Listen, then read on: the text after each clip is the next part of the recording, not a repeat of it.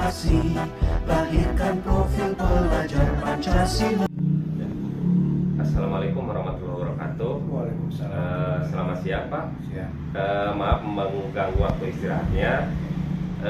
Sebetulnya saya mendapat tugas untuk mewawancarai 2-3 kepala sekolah dari tugas CGP, yaitu calon penggerak yang saya ikuti sekarang, tentang pengambilan keputusan berbasis nilai-nilai kebajikan sebagai pemimpin.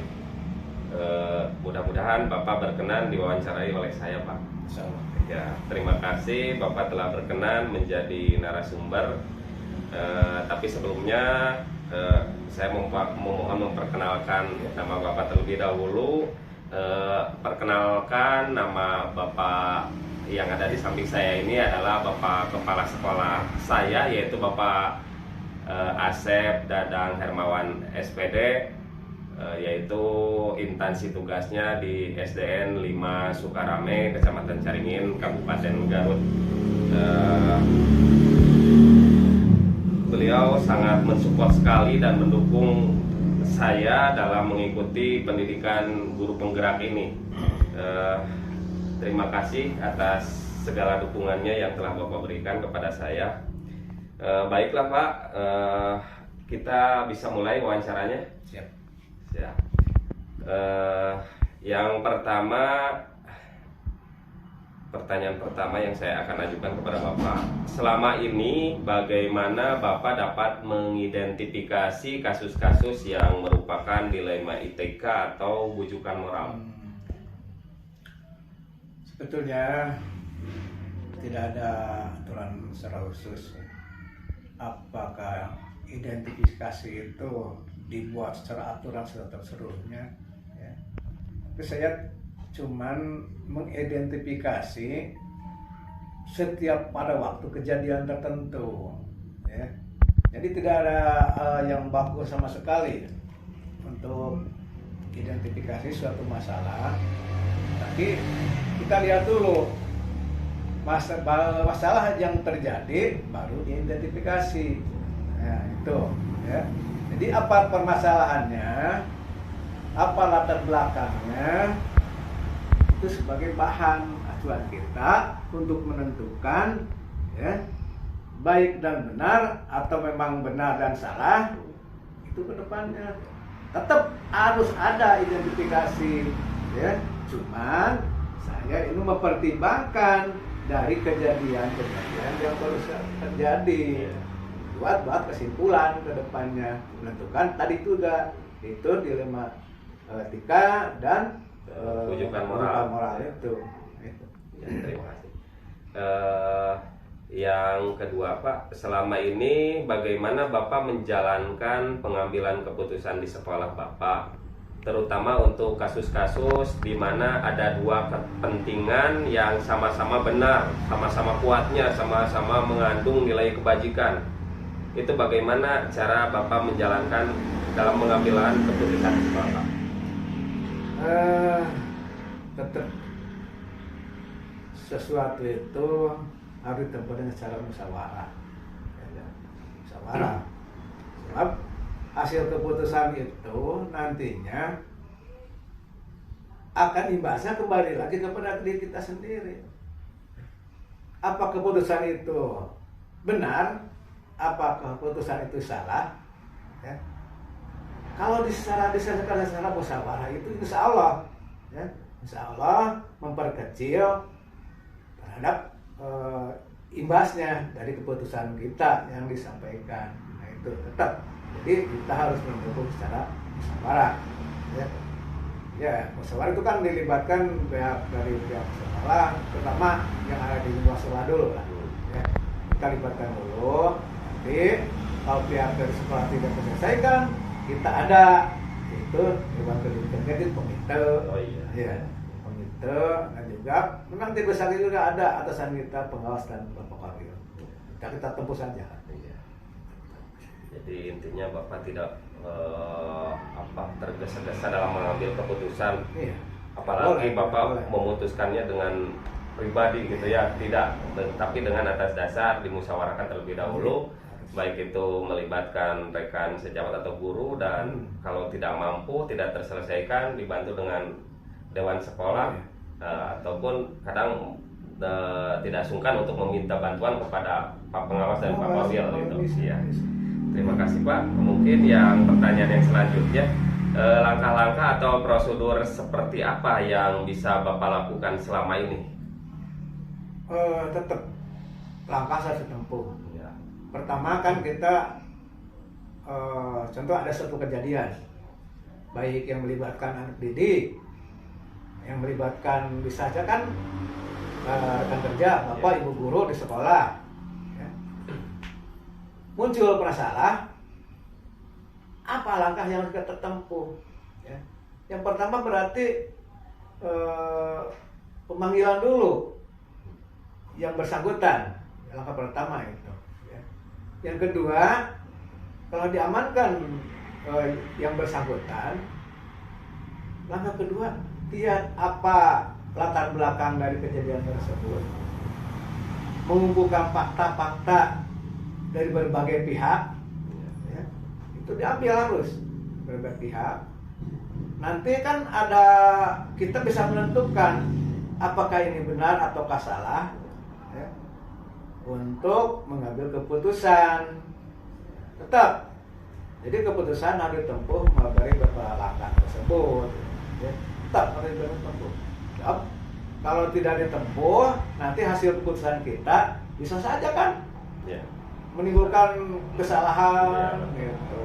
Itu kan harus ditempuh. Ya.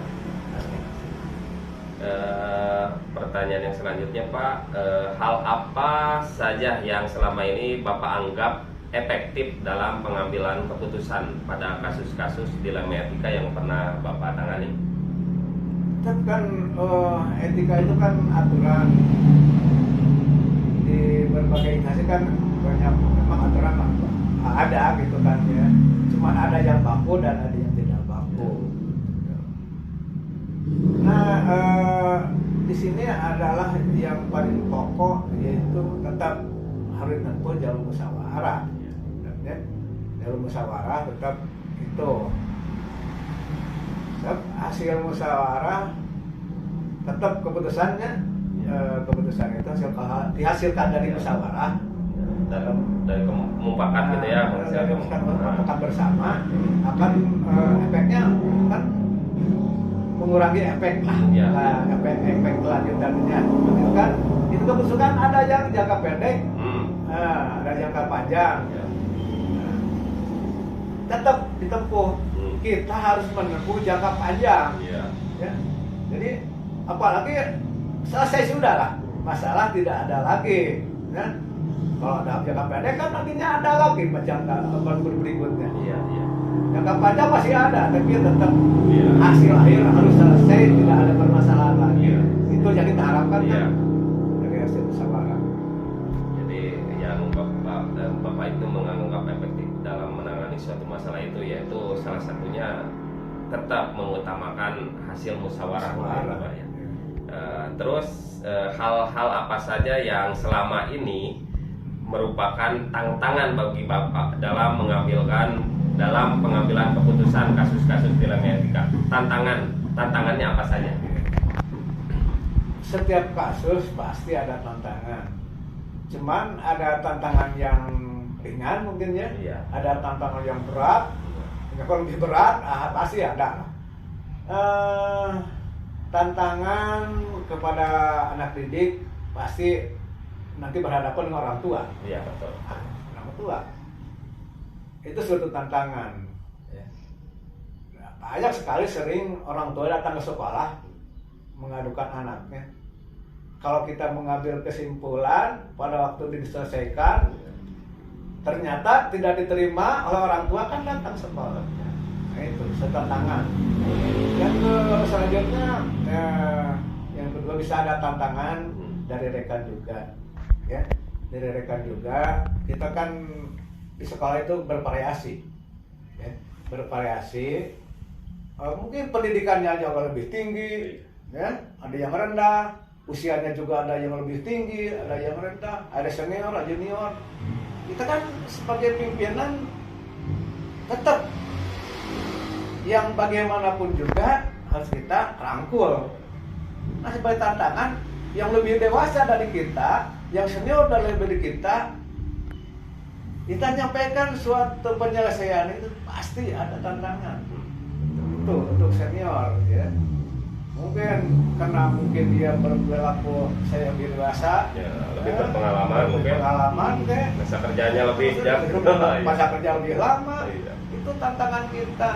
Tapi kita hadapi saja.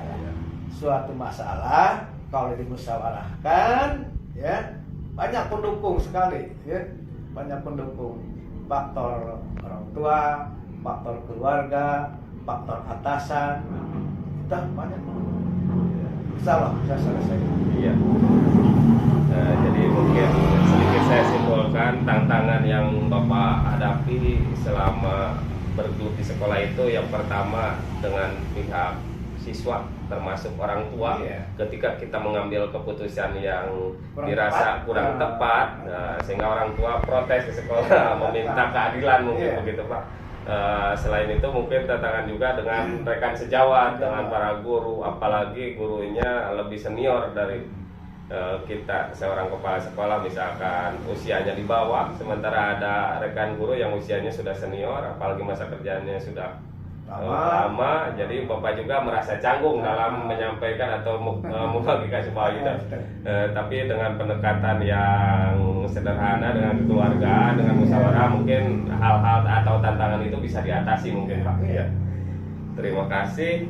Terus yang selanjutnya, apakah Bapak memiliki sebuah tata kala atau jadwal tertentu Pak dalam sebuah penyelesaian kasus dilema etika? Apa itu Bapak langsung menyelesaikan masalahnya di tempat atau misalkan memiliki sebuah jadwal untuk menyelesaikannya? Terus kalau ada bentuk atau prosedur seperti apa yang Bapak jalani selama ini? Betulnya tata waktu. Iya, jadwal. Jadwal. Tidak ada yang baku ya. Ya. Tidak ada baku. Sebab memang bisa dijadwal, tetapi disesuaikan dengan kebutuhan dan waktu kasus tersebut. Contohnya kan bisa jangka pendek kan bisa, ya. Berarti tidak ada jadwal selanjutnya. Ya. Selesai waktu itu diselesaikan Ya. tepat. Ya. Ya. Bisa diselesaikan dengan islah, ya. Saling menerima. Selesaikan keputusan. Kalau dirasa permasalahan itu sangat mudah diselesaikan ya. Nah, Rumit, baru mungkin. ada tata kelola, kita tahu jangka waktu. Contoh, kita melalui pertama diselesaikan dengan acara lisan. Tidak selesai dengan lisan, ya kan? Bisa dengan teguran, gitu ya. Teguran itu kan lisan sama. Ada mungkin juga dengan surat.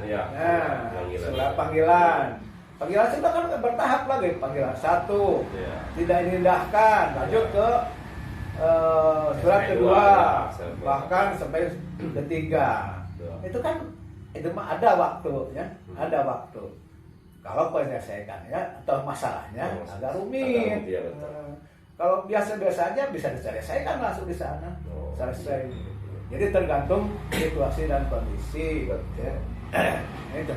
Jadi Bapak itu tidak memiliki sebuah jadwal atau tata kala, tetapi dilihat dulu dari segi kerumitan masalah itu sendiri mungkin Pak. Kalau masalah itu sedikit sederhana dan bisa diselesaikan di tempat, mungkin Bapak menyelesaikannya pada waktu itu.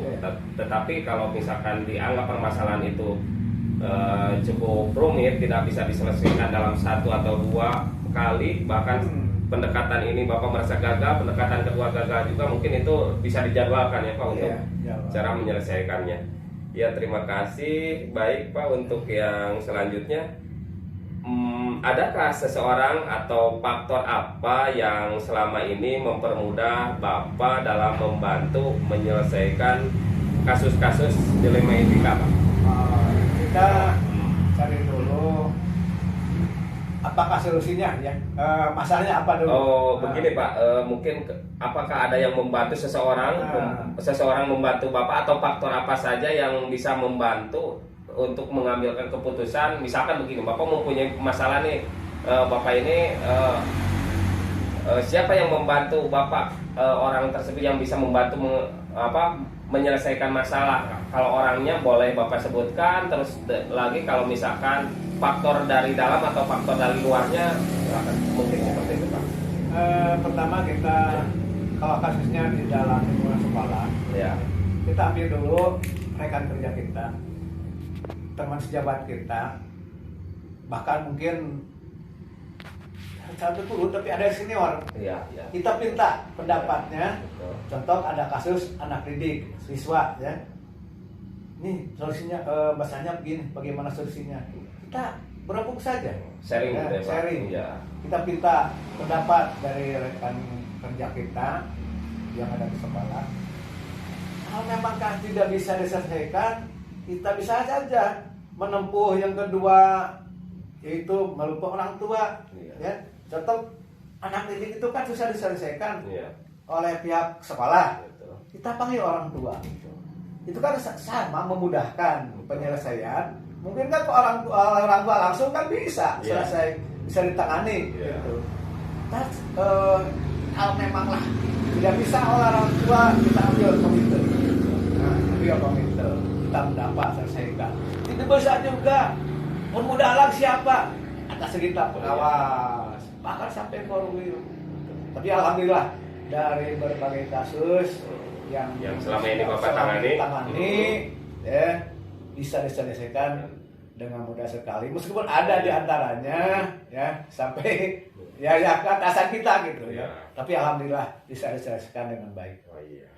Jadi mungkin faktor yang mendukung itu baik di internal maupun eksternal gitu ya, sama-sama bisa dipinta, bisa dipinta. Itu kalau misalkan di internal itu di lingkungan sekolah mungkin para guru gitu ya, baik itu guru yang senior dalam artian yang masa kerjanya sudah lama, pengalamannya sudah lama, dipinta untuk sharing jejak pendapat dalam menyelesaikan suatu masalah. Kalau misalkan faktor dari luar, misalkan dari tokoh masyarakat, baik ke dewan sekolah, dan mungkin kita juga faktor dari luar juga bisa melibatkan Pemerintah setempat setempat desa gitu ya, Pak ya? RW, desa. Tapi mungkin selama ini permasalahan tidak merembet sampai ke jauh gitu ya. Misalkan nggak boleh, Ya. apalagi sampai melibatkan kepolisian. Iya. Boleh. Baik Pak, terima kasih. Terus yang terakhir mungkin Pak, pertanyaan dari saya, dari semua hal yang telah kita bahas, yang telah tadi disampaikan, mungkin pembelajaran apa yang bisa Bapak dapat atau bisa Bapak petik dari pengalaman Bapak selama ini dalam mengambil keputusan dilema etika, Pak? Ya, kita hikmah saja. Memang permasalahan itu kan banyak sekali ya. Tapi hikmahnya semakin banyak kasus, bukan mau ya. Tapi semakin banyak kasus yang diselesaikan, itu imbasnya kita mempunyai pengalaman ya. Mempunyai pengalaman untuk memutuskan suatu masalah ya. Kan masalah itu bisa di lingkungan internal sekolah kita, bisa juga kan di lingkungan eksternal luar sekolah kita, bisa saja sekolah-sekolah lain meminta kepada kita untuk menyelesaikan suatu masalah. Itu kan kalau pengalaman kita memang sudah banyak menangani kasus-kasus, itu pengalamannya itu bisa ditularkan kepada orang lain. Mungkin melalui forum apa, forum KKG mungkin bisa ya? Melalui KKG, bisa melalui forum ada kan di sini ada organisasi ranting, bisa saja ya. Kita banyak sekali lah ilmu yang didapat gitu. Yang juga memang melibatkan waktu yang banyak juga kan kita diselesaikan itu. Nah, itulah. Jadi kesimpulannya kita adalah ilmu yang mungkin susah didapat itu pengalaman ya. Pengalaman menyelesaikan suatu masalah itu pengalaman yang berarti, sangat berharga. Itu kan. Tantangannya banyak sekali. Dan mengambil keputusan itu tantangan itu banyak sekali. Ada yang pro, ada yang kontra. Gitu. Yang membenarkan, yang menyalahkan, banyak sekali. Nah, kita ambil saja hikmah saja, ya. Ilmu yang kita terima itu adalah hikmah untuk kita sebagai pengalaman untuk masa depan. Oh iya, begitu. Terima kasih Pak. Jadi mungkin segala sesuatu yang terjadi, baik itu kasus apapun di sekolah, dan semakin banyak kasus dan kita bisa menanganinya, itu dijadikan pembelajaran sebagai pengalaman yang sangat berharga Pak. Mungkin suatu saat ketika kita mendapatkan kasus yang sama, kita tidak repot lagi karena kasus yang sudah terjadi sebelumnya mungkin itu. Jadi intinya segala sesuatu itu diambil hikmahnya, diambil pembelajarannya, dan ketika pengalamannya dibutuhkan untuk orang lain, kita tidak segan-segan untuk sharing dalam forum komunitas KKG ataupun ranting begitu ya Pak. Ya, tidak terasa Pak, wawancara kita dari awal sampai akhir sudah selesai. Terima kasih atas waktu yang telah Bapak berikan kepada saya. Mudah-mudahan ada manfaatnya. Bapak juga saya doakan sehat selalu. Sekali lagi terima kasih Pak. Ya, sama-sama. Assalamualaikum warahmatullahi wabarakatuh. Waalaikumsalam warahmatullahi wabarakatuh.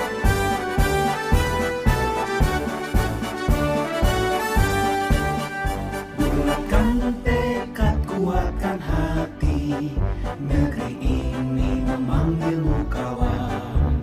Belajar, bergerak, berbagi untuk negeri, guru penggerak, majukan pendidikan. Guru penggerak menghamba pada murid, kreatif rancang pembelajaran. Hargai potensi, tingkatkan prestasi, lahirkan profil pelajar Pancasila. Belajar, bergerak, berbagi untuk negeri, kita menjalin kolaborasi. Belajar, bergerak, berbagi untuk negeri, demi bakti pada Ibu Pertiwi.